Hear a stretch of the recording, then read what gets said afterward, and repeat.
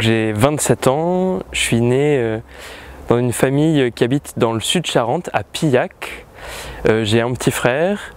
Voilà, ma famille n'est pas particulièrement pratiquante, mais quand même il n'y a aucune animosité vis-à-vis de l'église. Et bon, même si au départ je pense que ce n'était pas très facile d'accepter ma vocation, aujourd'hui je pense qu'avec mes parents ça se passe relativement bien. Et ils sont heureux de me voir heureux en fait.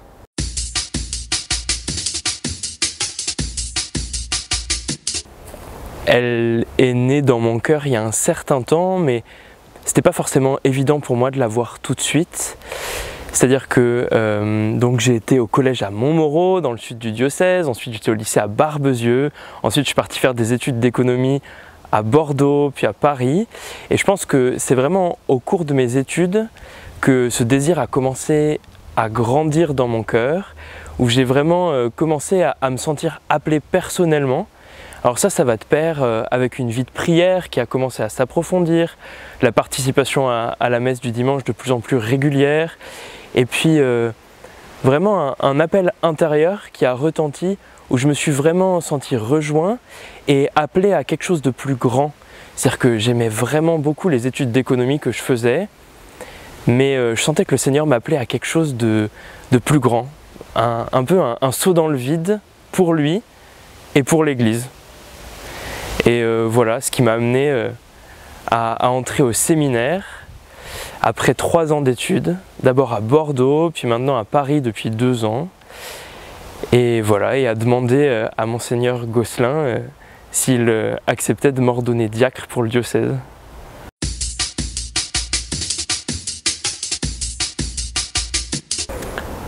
Je crois que de toute façon, toute réponse à l'appel du Seigneur, tout engagement dans une vocation, qu'elle soit celle du mariage ou celle du sacerdoce ou celle de la vie religieuse, c'est forcément prendre un risque. Un risque qui est parfois immense, c'est un peu un saut dans le vide, mais en même temps un risque qui est mesuré dans la mesure où c'est la réponse à un appel. Et c'est pour ça que les années de séminaire sont si précieuses, parce qu'elles nous permettent de vraiment discerner et de vraiment nous poser la question sans cesse à nouveau frais, pour que ça ne vienne pas seulement de nous.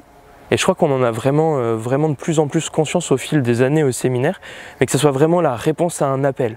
Donc vraiment, l'engagement, il peut paraître fou, et d'ailleurs il l'est, et il y a quelque chose de bon à ce qu'il le soit, mais d'un autre côté, à partir du moment où c'est une réponse à un appel, ça provoquera forcément une joie immense, et je crois que j'en vis déjà de cette joie. Donc je pense que c'est aussi ce qui me permet d'y répondre, parce que évidemment la réponse à un appel, c'est pas un jour quelque chose qui se passe d'absolument fabuleux. Évidemment il y a eu des moments forts sur ce parcours-là qui m'a amené jusqu'à aujourd'hui demander l'ordination diaconale, mais cette vocation, elle a grandi sans cesse, et je pense que c'est la longueur des jours, la vie de prière quotidienne aux côtés du Seigneur qui permet d'y répondre avec une vraie sérénité, une vraie joie, et du coup un amour grandissant pour le Seigneur et vraiment pour tous ceux vers qui je serai envoyé en ministère. Malgré le contexte que connaît l'Église, ou avec ce contexte, ou dans ce contexte-là.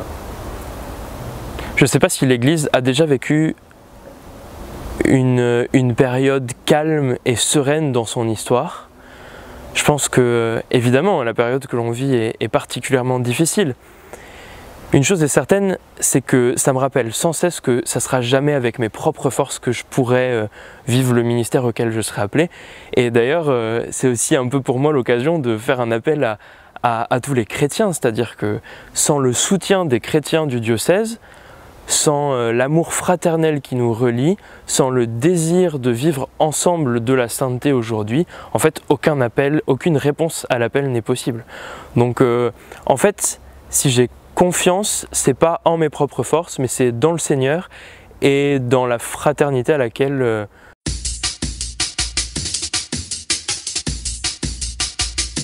Bon, l'ordination diaconale, Elle est absolument essentielle parce que c'est vraiment l'ordination qui nous configure au Christ serviteur, et c'est absolument essentiel, et on le mesure vraiment aujourd'hui combien c'est important que tous les ministres ordonnés de l'Église se fassent vraiment serviteurs. Et donc ça c'est vraiment le premier point. Et j'ai vraiment le désir d'être configuré au Christ qui se fait serviteur. C'est pourquoi j'ai choisi comme image d'ordination le Christ lavant les pieds de ses apôtres. Et c'est vraiment le texte d'évangile qui me porte le plus en ce moment. Alors qu'est-ce qui va se passer le 30 août quand Monseigneur m'imposera les mains et me demandera aussi moi-même de m'engager librement et personnellement pour me mettre à la suite du Christ dans cet état particulier. C'est le jour où je m'engagerai au célibat pour toujours, le jour où je m'engagerai à l'obéissance et au respect vis-à-vis de mon Seigneur, mais aussi le jour où je m'engagerai à vivre la prière des heures, à dire le bréviaire comme le font tous les prêtres, les diacres et tous les religieux pour le peuple de Dieu vers lequel je serai envoyé. Et donc la prière, l'obéissance, le célibat, c'est vraiment les piliers qui font que la vocation dans laquelle on s'engage porte du fruit.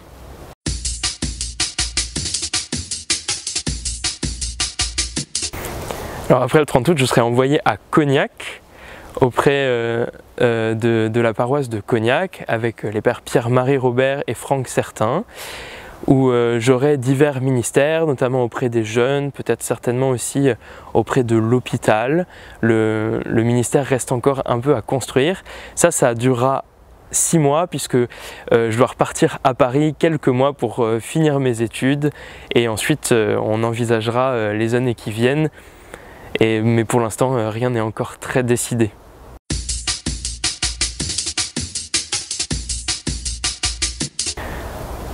Ce dont j'ai le plus besoin certainement, c'est de la prière de tous les chrétiens de Charente, d'ici le 30 août, mais aussi surtout après, et aussi de